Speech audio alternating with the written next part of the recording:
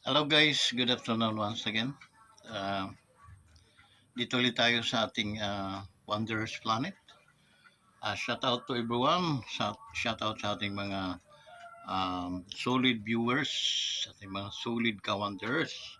So, shout out sa ating mga OFWs that is scattered around the world. Um, Ingat kayo palagi guys. Okay? Um, maulan ngayon dito guys, and then baha yung ating planeta. So nasa loob tayo ng kubo pa rin. Um, to um, Yung guys, shout out din sa ating mga bagong kaibigan, mga bagong subscriber, no?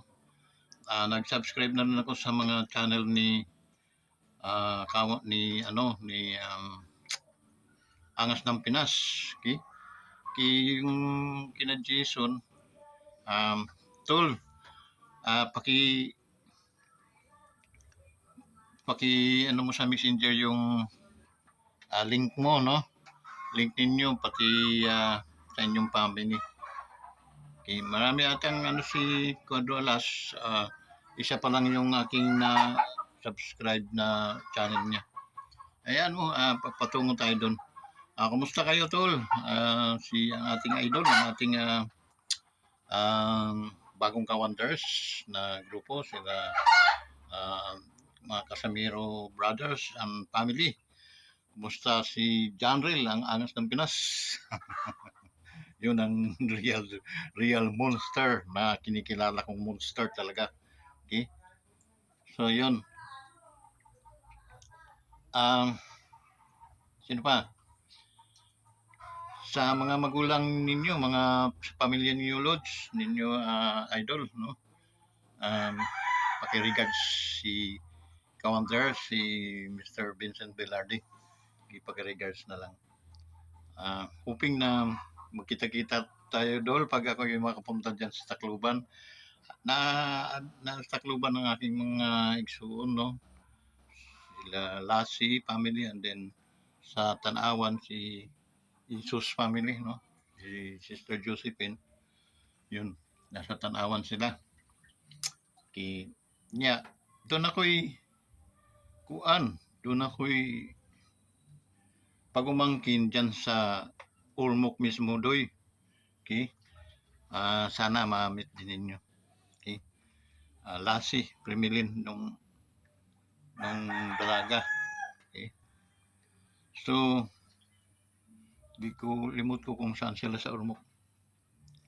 Madalas man kami dyan dahil kami natawid papuntang Cebu. Okay? Salamat, Dol. Salamat, Lord, sa supportan nyo sa YouTube channel na ako. Malaking bagay. Okay? Malapit na kung makuhan. Ma-monetize. Okay? Kasi nasa 800 something na. So, ang laki talaga ng improve, Dol, ng tumulong kayo sa akin para madagdagan yung aking mga subscriber. Maraming salamat deep in my heart. No? Galing sa akong kasing-kasing salamat sa inyong pamilya, mga Casamiro team dyan, no? Mga believer ni taga-sunod, mga taga-hanga ni Angas ng Pinas. So, tulong-tulong tayong manalangin para makakuha ng magandang kontrata yung ating bida, no? Ang ating monster. Dahil wala na. Yung turtle ng Japan talagang nakakahiya, no? Suko kung ano pang mga hindi lang sabihin na suko talaga, ang dami pang mga paiching-biliching, no? So suko kung suko, hindi yung monster ka, hindi patunayang monster ka, no? So yun, nakaka-high blood lang, pero huwag tayong magpa-high blood dahil unang-una tayo matatalo. So panalo na nga tayo dahil sa ating bayani, sa ating idol. So huwag mag-kumpensa dol, no? Alam ko namang kaya mo, pero wag mong pagkumpiyansa.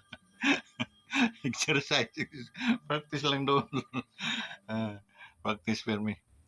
So, andyan naman si Jason, hindi ka naman. Ah, so, yun.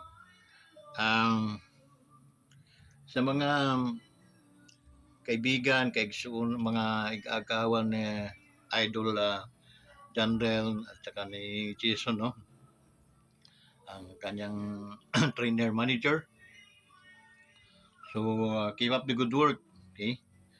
So, our prayer for you din sa inyong journey sa boxing. Mga padayong guni. So, yun.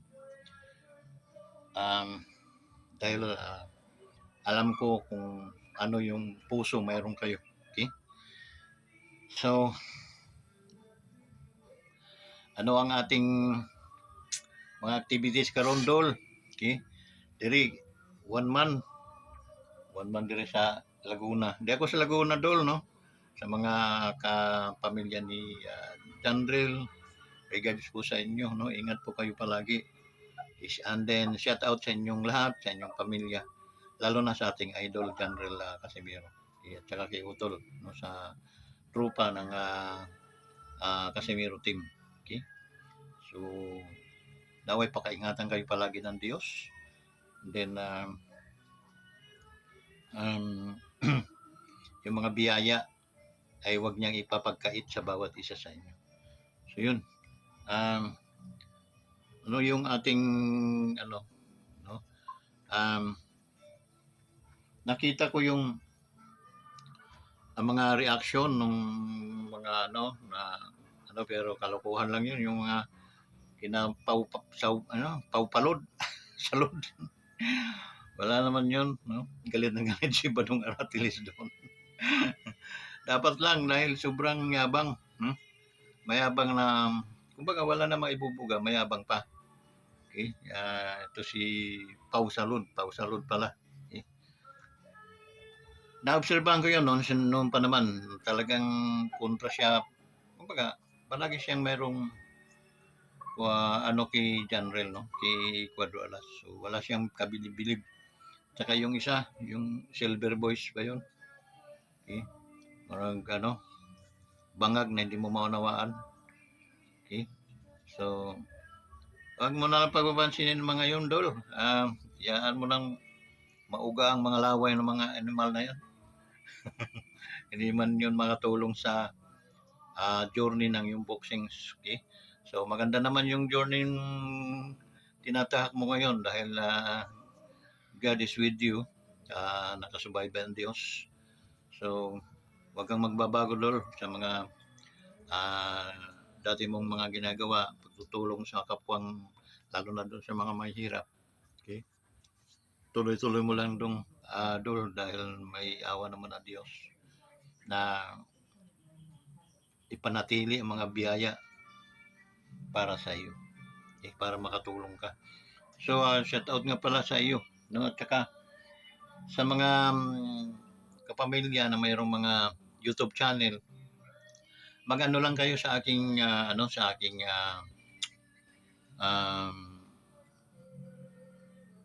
tawag ito, sa akong kuan ba, Messenger, Vicente Velarde ang nakalagay diha. Okay? I-type lang yung Vicente Velarde, search dun sa kuan, sa Messenger, appear na yan. Tapos mag-message mo dito. Kung doon na mo yung link sa mga inyong mga channel, ibigay kasi sa totoo lang, gilisod man ko ani dahil siyempre, one man army kuloy. Mga Casimiro followers, mga Casimiro believers, subscribers. One man army ako.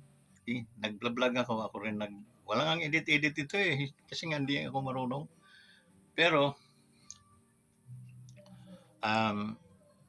sinisikap kong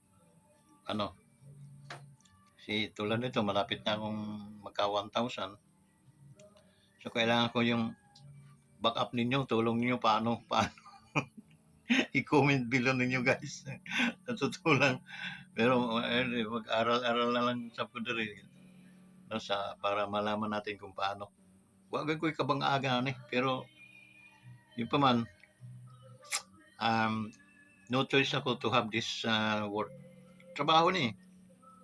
Ang pagiging isang vlogger ay trabaho, ano lang, sincerity lang. Meron kang sense of humor, tapos meron kang sinceridad sa sarili mo na um, tulungan mo, backupan mo yung mga taong tamang backupan, no?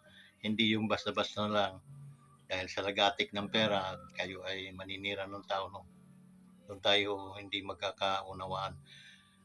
Ako, kaya nakita ko naman itong ano nila John Reel, no? Nila Cuadro Alas, Angas ng Pinas.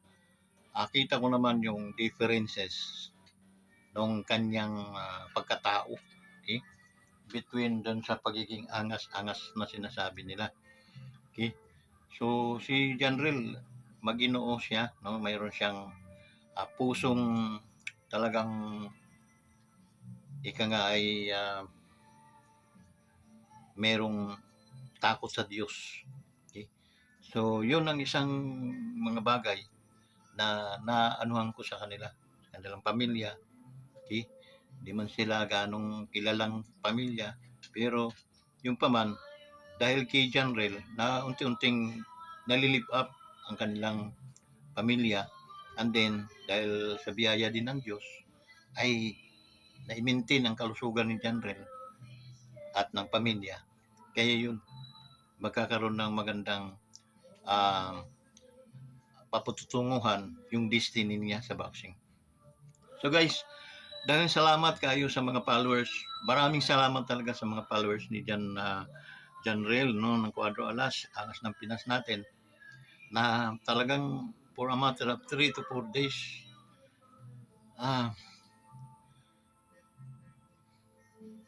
mamomonetize ako ng wala sa panahon. So, salamat. Okay? Salamat. Ako yung nagpapasalamat. Amazing masyado. Okay? Sana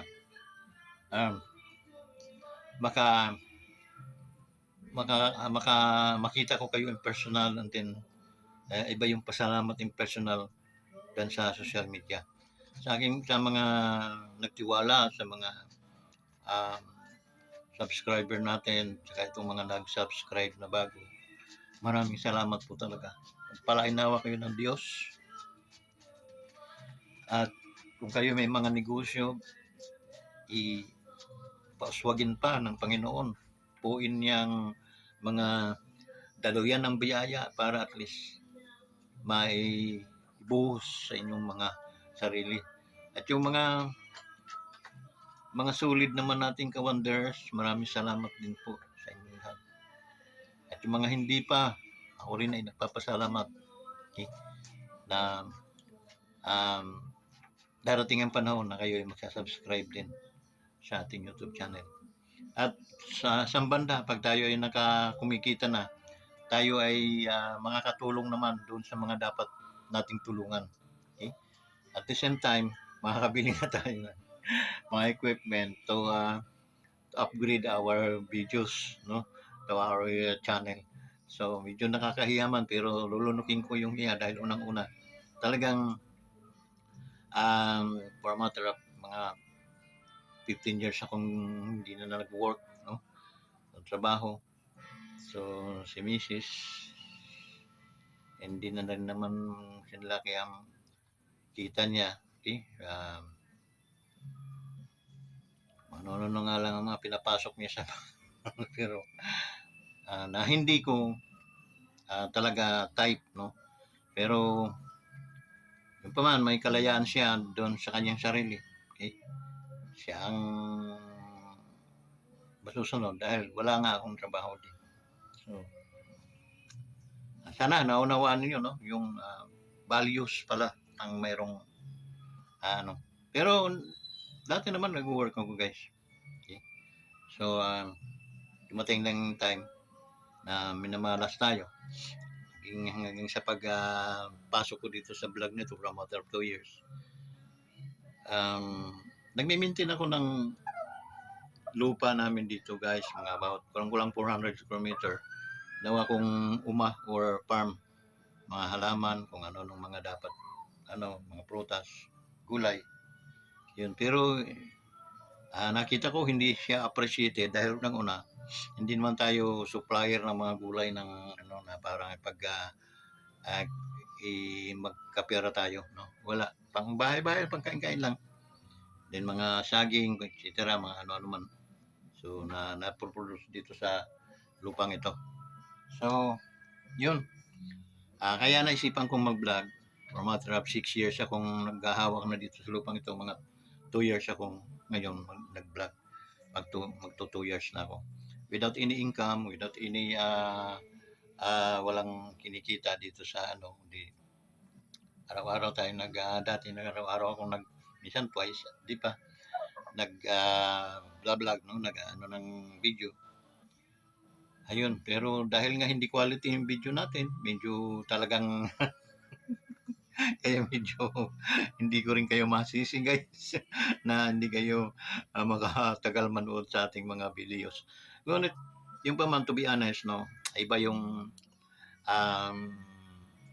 yung araba, yung tingog ng atong mga kasing-kasing na nagapanghimatog nga ng nuktok sa inyong mga kasing-kasing sab na unawain natin kini si Kawanders kay wa man din ni siya kuan income, wa man din ni siya kuan suporta. So suportahan nato kahit ang support nato kanang i-like o i-share lang nato siya or atong i-subscribe at tulungan natin siya mapadaghan ang kanyang mga subscriber. So that's my ang po tanggaping tawag noon sus na Pilipito magdila na ako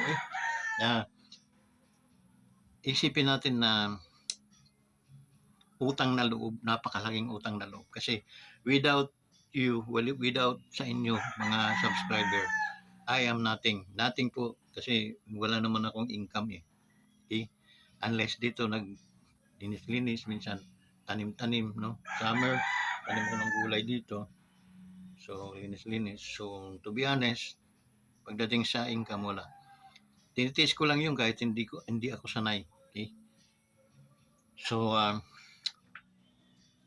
yun. Kasi dito, nakikita ko yung peace of mind. And then, dahil sa tahimik siya, hindi rin crowded, hindi rin siya, kumbaga, fresh yung hangin. So, malayo ka dito magkasakit. Okay? So, kalaban mo lang dito yung mga Philippine Cobra, ang dami dito. Kaya, minsan talagang na-encounter ko face to face, no? So, yun.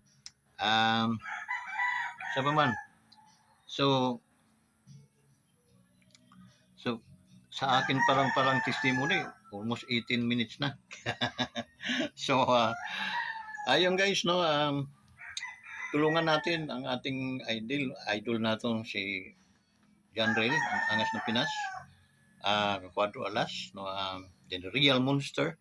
Tulungan natin siyang pagampo na makakuha siya og maayong mga kontrata, okay? Og doon mayroon akong payo kay Idol John Rail. Siguro Idol, kahit mga dalawa o mga 3 hanggang 4 na fights lang, okay na yun. Basta gamitin mo yung pera mo sa tama. Yung what I mean, alam ko namang tama lahat ang mga paggagamit mo. Pero keep it, and then magkaroon ka ng business na maganda na makakabuhi, makakatulong sa financial aspecto ninyo. Kasi di man ta habang buhay kusog, no? Nga kayang tumanggap ng mga suntok kulata sa kalaban nato. So ang akin lang, Dol, bilang considered me as a real friends, no?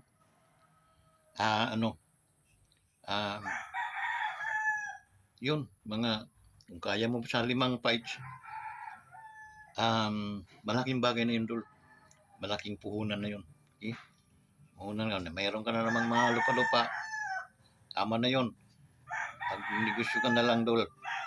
May kainan ka sa bawat barangay, may tindahan ka sa bawat barangay, nakatulong ka pa. Kasi siyempre, yung kukunin ng mga tao, at tulungan mo silang kumita. Ganun lang kasimple. Yan, gawa ka ng parang mga grocery o kainan sa bawat lungsod. Okay? Bawat lungsod doon na kayo sa. So, tindahan ng bigas or sa man na pang-araw-araw na kailangan ng tao. So, yun Dol. Ganun lang ka simple. So, alam kong pagpapalain ka. Okay? So, sa mga team Casimiro, okay, huwag kayong mag-alala. Okay? Kaya pa ni Idol natin na lumaban hanggang 4 to 5 fights pa before mag-retiro. Okay? So, yun Dol.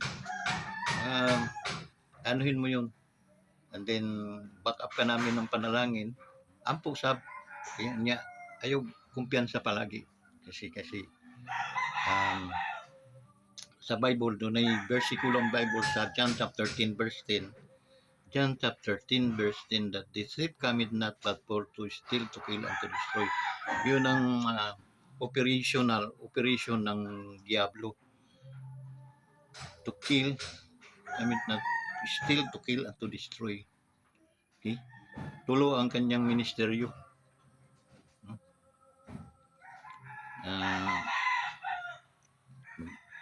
Mangawat sa kawaton niya itong imong mga ipon, ang imong mga kusog, ang imong maayong plano.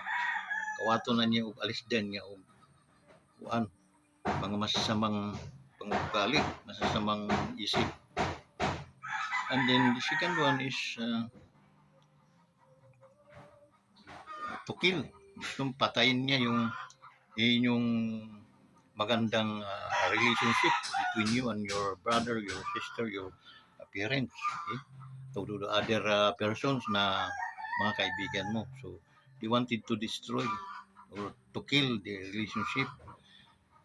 Patayin ng sa pamamagitan ng mga karamdaman, sakit. Okay? And then the third one is to destroy. Okay? Di-destroy niya yung pagkatao, no? Tulad ng ginawa ng Japanese sa inyo, no? Na pinatawan kayo ng ang labanan ay 122 pounds, nagtimbang ka ng 123. That is not big deal, no? Kung tutusin. Pero dahil may issues na gusto nilang iiwas yung kanilang turtle, that's the reason why kasi yung nakalaban niya na pala yun, no? Pinarusahan na pala niya, pero bakit how come na nawala at dahil lalaban kay Inoue. Okay? So yun, dahil alam na Inoue yung kakayan-kayanan niya, alam ni Inoue na may tulog siya dito kay Janrel.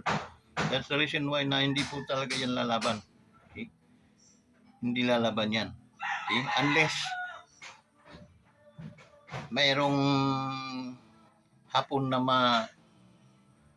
medyo makusog-kusog na lumabang ka. Hindi ka lumabang, biting kita patiwari. Saka lang yung lalaban.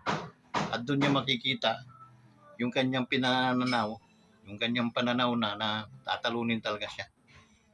So yun ang problema dahil nakasaksak na sa isip niya, natatalunin, patutulugin talaga siya ni Janrel Casimiro. Mahirap mawala yun sa isip. At that's the reason why na talagang maraming mga ginagawa sila para not to magpang-abot yung kanilang ni Janrel. So yun, sana tuloy-tuloy lang yung Janrel, yung practice, handa palagi, same time makakuha ka ng magandang hawak sa iyo at saka magandang laban at maiwas ka sa mga katalagman. hanggang dito na lang guys. Salamat sa mga followers ni Janril. Salamat sa mga followers ng mga Casimiro family na naka ano sila sa ating naka-monitor sila ngayon sa ating YouTube channel. Daghang salamat kayo sa inyong tanan.